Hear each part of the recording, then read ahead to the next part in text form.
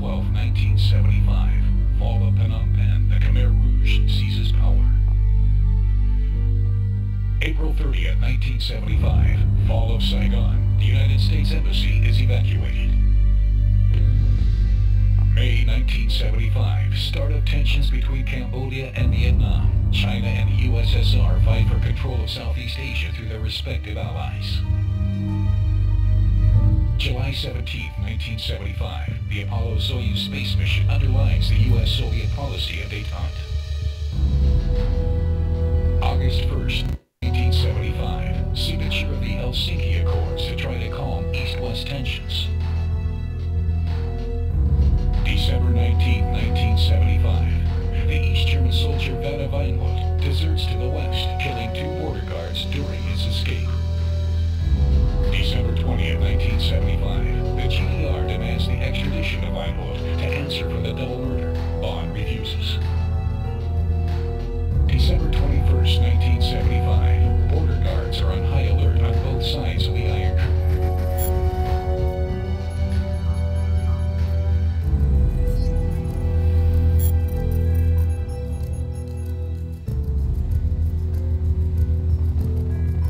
Tension is at its peak between the two Germanys. Border guards have reported a skirmish in the area of Grafhorst. West German intelligence has detected movement from Panzerausbildungsregiment 19 not far from the border. The Panzer Brigade 2 is put on alert. Border guards have confirmed a violation of the territory of the Federal Republic by the East Germans. The Chancellery in Bonn declares a state of war.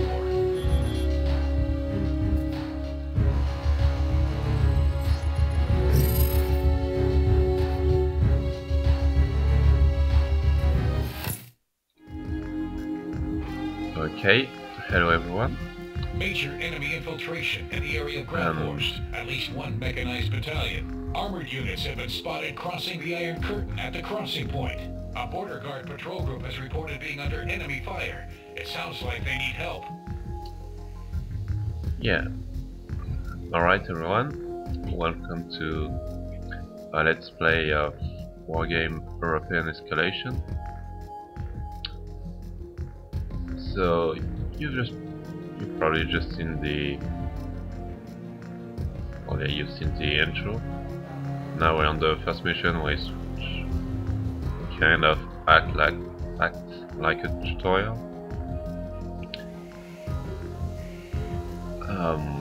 What to say is, so yeah, as a tutorial it's fairly easy, but one thing you have to know is that you shouldn't be careless still, because in the campaign the units are persistent and you don't get a lot of them. That means the unit you lose will, well, they are lost forever, pretty much. And of course I will get more than just 4 Leopard 1A1, but yeah, I can deploy more further in the campaign, but only a few, so I don't know, maybe 16 in total, so you don't want to lose too many of them by being careless.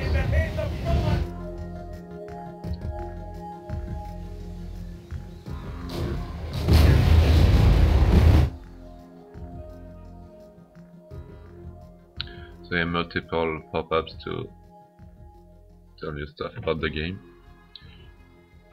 Yeah, right now those are fairly easy engagements because well, Leopards are just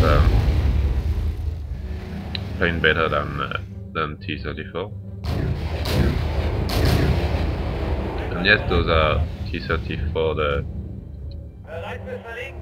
main Soviet battle tank of World War II, but you know, with some updates made to,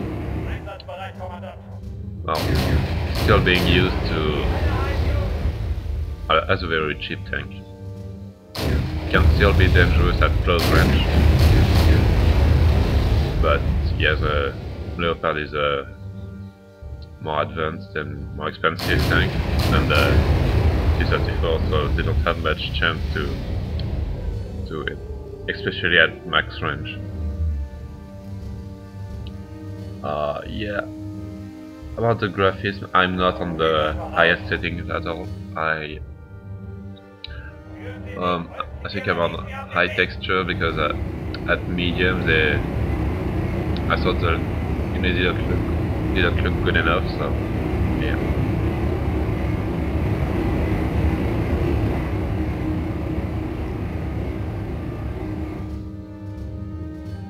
And now it's going to teach you the importance of recon.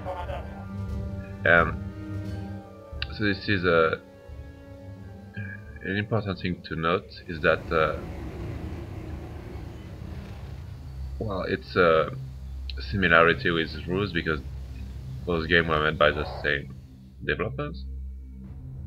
But in Ruse, the recon had a kind of, well, it was a kind of magic recon because it could see through obstacles except for towns, but you know you could see far through forests. Like you could hide it in a very dense forest, and it would see outside of the forest. Now this is reconnaissance still has a way bigger field of vision than most units, but they are no longer magic, as in depending on the size of the unit that is hiding and where it is hiding, you may not spot it immediately with a recon. So it's very hard to spot a unit that is deep within the woods, except if you have an higher recon. And you gotta watch out for the edge rolls, because they can hide units fairly effectively. This is really a game where ambushing can, well, and using line of sight is very important. Because if you are not detected, you can get the first shot, and it can be important. Oh, it is important, of course.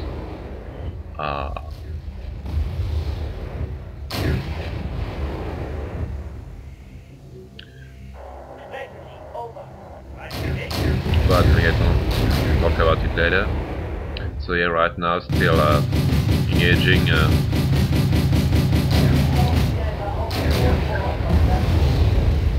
cheap enemy tanks, but yeah.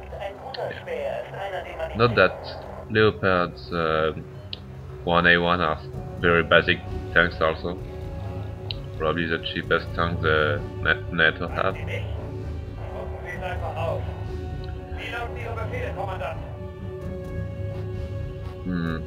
The gun is not particularly accurate, but fairly cheap. They have a wow. For a tank, it's a fairly light armor.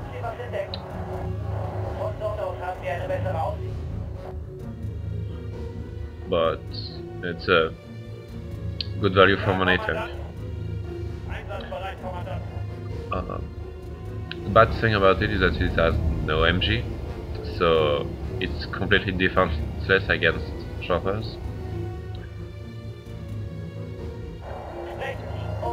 Later version of the Leopard 1 will have a machine gun that helps a little bit to fight off choppers. Of course, you don't want to send your tanks against Pine.